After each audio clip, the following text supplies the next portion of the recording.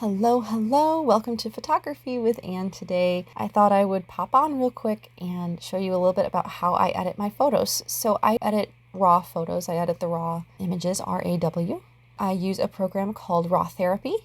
I'm using 5.11 edition. You can do this stuff in Lightroom as well. It's just RawTherapee is free and I kind of like that. I selected my folder that I wanted from over here in the folders, and I think I'm going to edit this particular file today. Let's load this. This is out at Hermitage Point, by the way, in Grand Teton National Park in Wyoming. I'm going to load up what it's called a profile. It is a saved set of settings. You can save your own profile by changing whatever you want. Only change what you want to show up in your profile. At one point, I accidentally changed my white balance and then saved the profile, and that was a disaster because then it changed the white balance on every photo that I applied the white balance to, which is great if that's what you want to do, but I did not. So only change what you want to end up in your profile, and then you can hit the save button up here and that will save it. You can name it and everything you want. When you want to load a profile, go over to this last save drop down. I'm going to say profiles. I'm going to say Yellowstone 2023. And yeah, that looks pretty good, honestly. I am going to bring up, okay, before I do that, I'll show you what I did. So this profile has contrast +2. It also has a vignette filter. You will need to make sure that you engage it when you first do the profile. It'll be automatically engaged if you engaged it in the profile. And I put that up to 0.15. Then I used LAB adjustments. Again, this is something you're going to have to engage before you make the profile. And I brought the contrast up to 13, chromaticity, up to 28. I also went down here and I engaged the CH, chromaticity according to hue.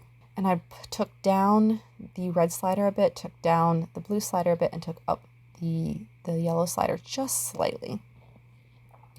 Now, oh, and I also went over here and I did engage the noise reduction in that profile. Right here, I'm going to bring up the exposure just slightly because it's a little bit dark. That's not uncommon. I'm going to bring down the highlights just slightly, although honestly this isn't too bad. Let's make that, see if I can make that work. Okay, so what I'm going to do here, first of all, I'm going to straighten the horizon a little bit with this little thing here. Oh, I guess it is already straight, never mind.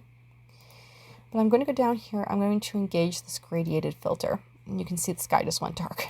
So I'm going to look at this, and I'm going to say, where do I want this? This you can change, rotate it. You can move it around, clicking on the middle. I think I'm going to put this right down here. Then I'm going to, there we go. That's a really nice picture, honestly. So I'm going to save it.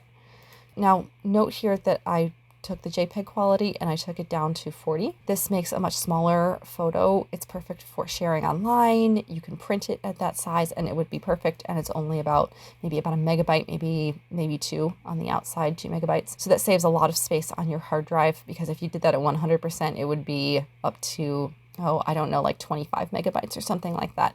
And you don't really need it that large unless you are planning to make like a huge poster or mural or something like that with it.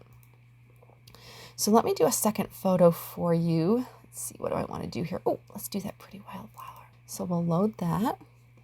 Again, I'm going to load the exact same profile. You can see the highlights got pretty blown out. Now, you can also see this here, shadows and highlights. This is a great tool as well. The highlights is just slightly different from the highlights up here. So I recommend, if you're not getting what you want up here, try coming down here. You all might also notice that I engage this with this like power button thing. Shadows, actually shadows are probably fine. So every once in a while I'll use that as well. Now the vignette filter on wildflower photography, I like to bring up the vignette filter just slightly more. Yeah, that's going to be great. Okay, perfect. So it's probably pretty good for that one. So I'll save that, give it a new name, and call it good. Now when I'm doing a photo through a van window, often I need some special effects on it. So let me see if I can find something that I took through a van window. Let's go over to Willow Springs Road. That'll work. Okay, I'm going to load it. Oops, didn't take it. All right. Load it here. Let's do this one with a very crooked rear view mirror.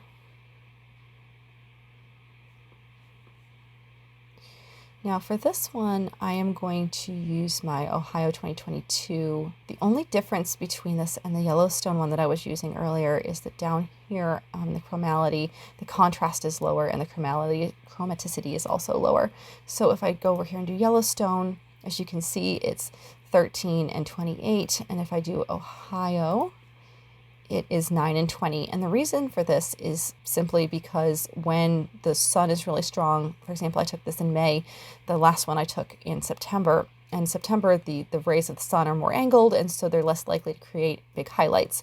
Whereas in May, especially out in Utah where this was taken, their highlights just get so blown out if you have the contrast too high, and the chromaticity was also ending up in these photos just making it way oversaturated. So I brought both of those down, and I found it to work really, really well in any situation where there is a lot of highlights, very strong sunshine. So I loaded the profile, and I'll bring up the exposure slightly, but honestly, this is pretty good.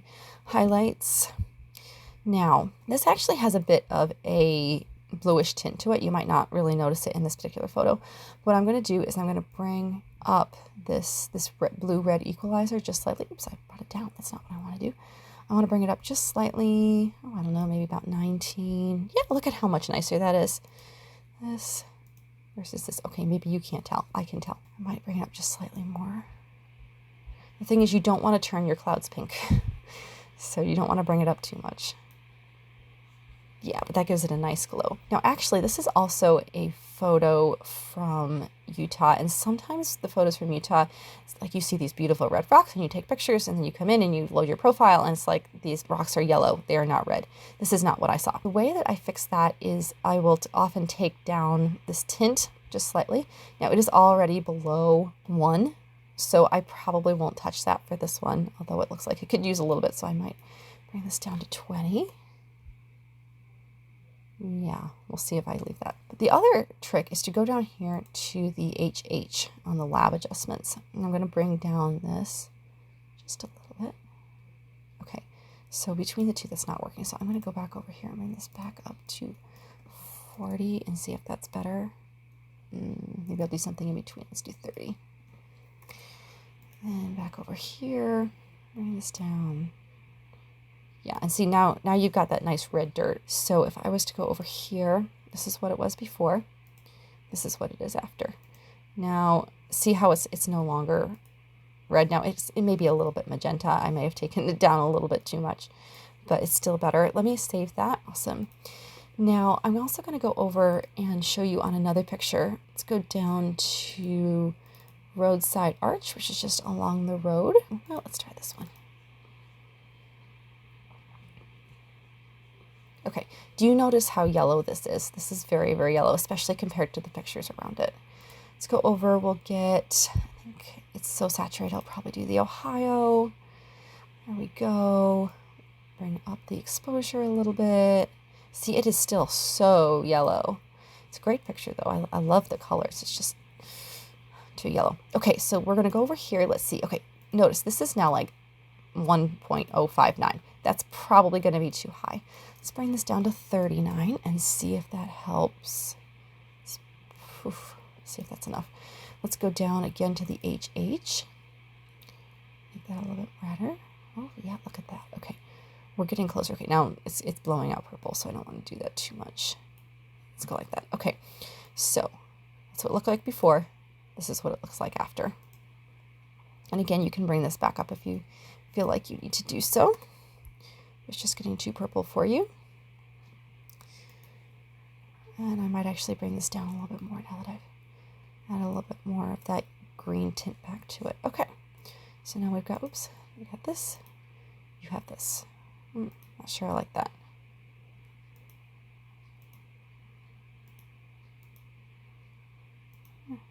Honestly, they're both nice. I think I'll go with this one though. Okay, let's leave that there. Call it good. I will save it. All right, put that in my folder. Call it good. So that's how I edit my photos. If you have any questions or suggestions, or this is how I do it, feel free to drop them into the comments, and I really look forward to hearing from you.